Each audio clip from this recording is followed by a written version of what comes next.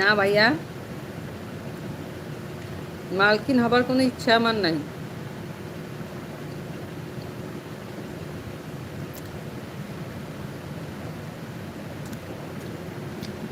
আচ্ছা,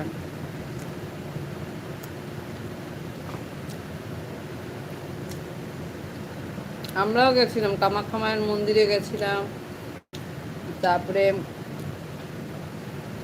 মেঘালয় গেছিলাম। এদিকটা মোটামুটি পুরো ঘোরা হয়ে গেছে আমাদের।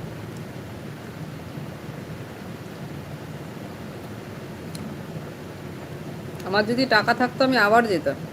আমার এত ভালো লেগেছে মেঘালয়টা, অসম।